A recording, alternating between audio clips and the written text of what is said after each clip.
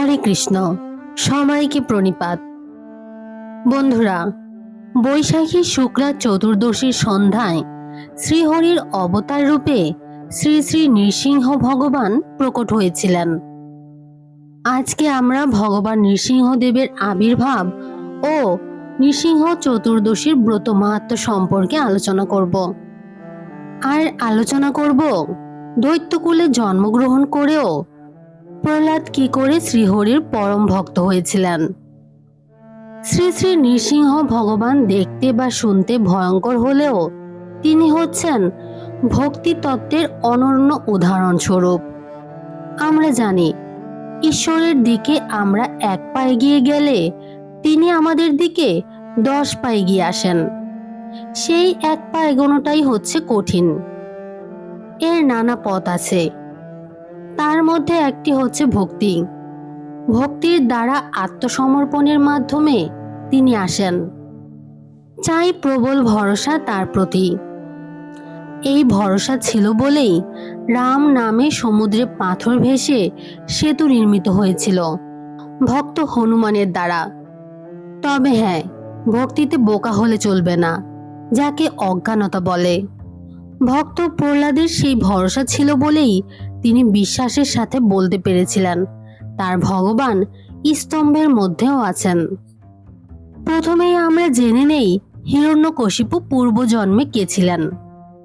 মহর্ষি কশ্যপের ঔরসে তার পত্নী দিতির গর্ভে 2 দৈত্যের জন্ম হয়। তাদের নাম হিরণ্যাক্ষ ও হিরণ্যকশিপু। বন্ধুরা, হিরণ্যকশিপু ও হিরণ্যাক্ষ পূর্বজন্মে ছিলেন বৈকুণ্ঠের দ্বারী জয় এবং বিজয়। ব্রহ্মার মানসপুত্র জয় বিজয়কে অভিশাপ দিয়েছিলেন যে মর্তলোকে 3 জন্ম নাস্তিক আর নিষ্ঠুর হয়ে কাটাতে হবে। এই 3টি জন্মই তাদের কাটাতে হবে প্রচণ্ড দেববিরোধিতা করে, অসুর মনোভাব নিয়ে অত্যাচার করে। ভগবান এই 2 দাড়িকে খুবই ভালোবাসতেন। ভগবান তাদের আশ্বাস দিয়েছিলেন যে তিনি স্বয়ং নিজে মর্তে গিয়ে তাদের উদ্ধার করে আনবেন। জয় প্রথমে মর্তে জন্ম নিয়েছিলেন হিরণ্যকশিপু হয়ে। শ্রী শ্রী নৃসিংহদেব হিরণ্যকশিপুকে সংহার করে প্রথম জন্ম থেকে মুক্তি দেন। দ্বিতীয়বার জয়কে জন্মাতে হয়েছিল রাবণ হয়ে। শ্রী রামচন্দ্র রাবণকে বধ করে দ্বিতীয় জন্ম থেকে মুক্তি দেন। শেষে জন্মাতে হয়েছিল শিশুপাল হয়ে। পরমেশ্বর স্বয়ং ভগবান শ্রীকৃষ্ণ সুদর্শন চক্র দিয়ে শিশুপালের মাথা বিচ্ছিন্ন করে তৃতীয় জন্ম থেকে মুক্তি দেন। হিরণ্যকশিপুর ভাই হিরণ্যাক্ষ। হিরণ্যাক্ষ নৃসিংহের পূর্ববর্তী অবতার বরাহের হাতে নিহত হয়। হিরণ্যকশিপু এই কারণে প্রবল বিষ্ণু বিদ্বেষী হয়ে ওঠেন। দাদার হত্যার প্রতিশোধ মানুষে তিনি বিষ্ণুকে হত্যা করার পথ খুঁজতে থাকেন। তিনি মনে করেন সৃষ্টিকর্তা ব্রহ্মা এই জাতীয় প্রবল ক্ষমতা প্রদানে সক্ষম। তিনি বহু বছর কঠোর তপস্যা করেন। ব্রহ্মাও হিরণ্যকশিপুর তপস্যায় সন্তুষ্ট হন। তিনি হিরণ্যকশিপুর সম্মুখে উপস্থিত হয়ে তাকে বর দিতে চান। হিরণ্যকশিপু বলেন, হে প্রভু, হে শ্রেষ্ঠ বরদাতা, আপনি যদি আমাকে সত্যই বর দিতে চান তবে এমন বর দিন যে বরে আপনার সৃষ্ট কোনো জীবের হস্তে আমার মৃত্যু ঘটবে না। আমাকে এমন বর দিন যে বরে আমার বাসস্থানের ভিতরে বা বাহিরে আমার মৃত্যু ঘটবে না। দিবসে বা রাত্রিতে, ভূমিতে বা আকাশে আমার মৃত্যু হবে না। আমাকে এমন বর দিন যে বরে শস্ত্রাঘাতে, মনুষ্য বা পশুর হাতে আমার মৃত্যু হবে না।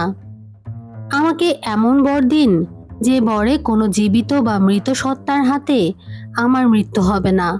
কোনো উপদেবতা, দৈত্য বা পাতালের মহানাগ আমাকে হত্যা করতে পারবে না। আমাকে এমন বর দিন যাতে আমার কোনো প্রতিযোগী না থাকে। এমন বর দিন যাতে সকল জীবসত্তা ও প্রভুত্বকারী দেবতার উপর আমার একাধিপত্য স্থাপিত হয় এবং আমাকে সেই পদমর্যাদার উপযুক্ত সকল গৌরব প্রদান করুন। হিরণ্যকশিপু যখন মন্দার পর্বতে তপস্যা করছিলেন, তখন ইন্দ্র ও অন্যান্য দেবগণ তার প্রাসাদ আক্রমণ করেন।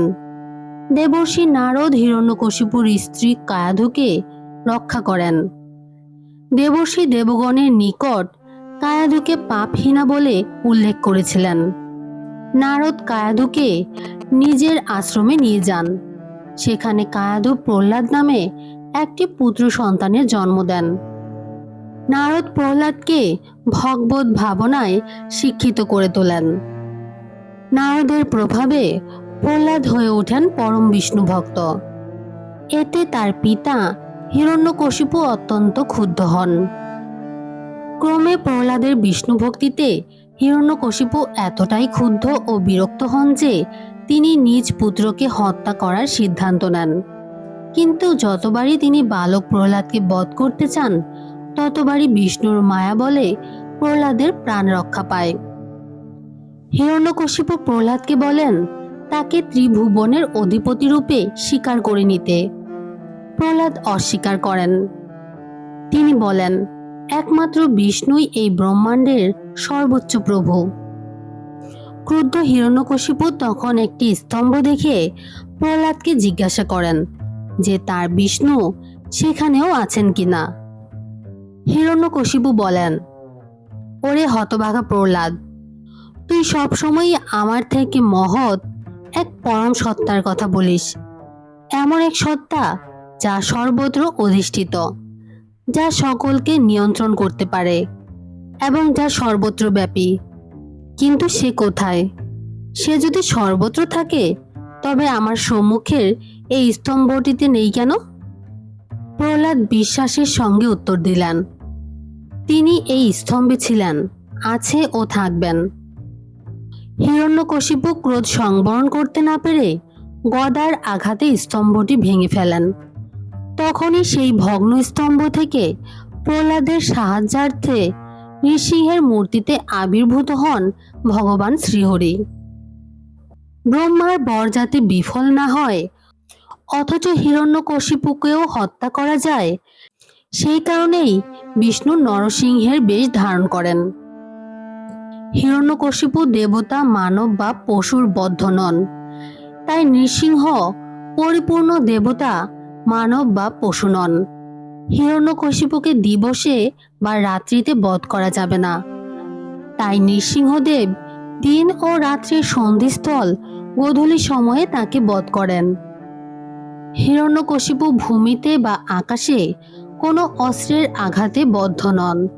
তাই নৃসিংহ তাকে নিজ জঙ্ঘার উপর স্থাপন করে নখের আঘাতে হত্যা করেন। হিরণ্যকশিপু নিজ গৃহ বা গৃহের বাইরে বদ্ধ ছিলেন না। তাই নৃসিংহ তাকে বধ করেন তারই গৃহদ্বারে। ভাগবত পুরাণে আরো বলা হয়েছে, হিরণ্যকশিপুকে বধ করার পর সকল দেবতাই নৃসিংহদেবের ক্রোধ নিবারণে ব্যর্থ হন। বিফল হন স্বয়ং শিব।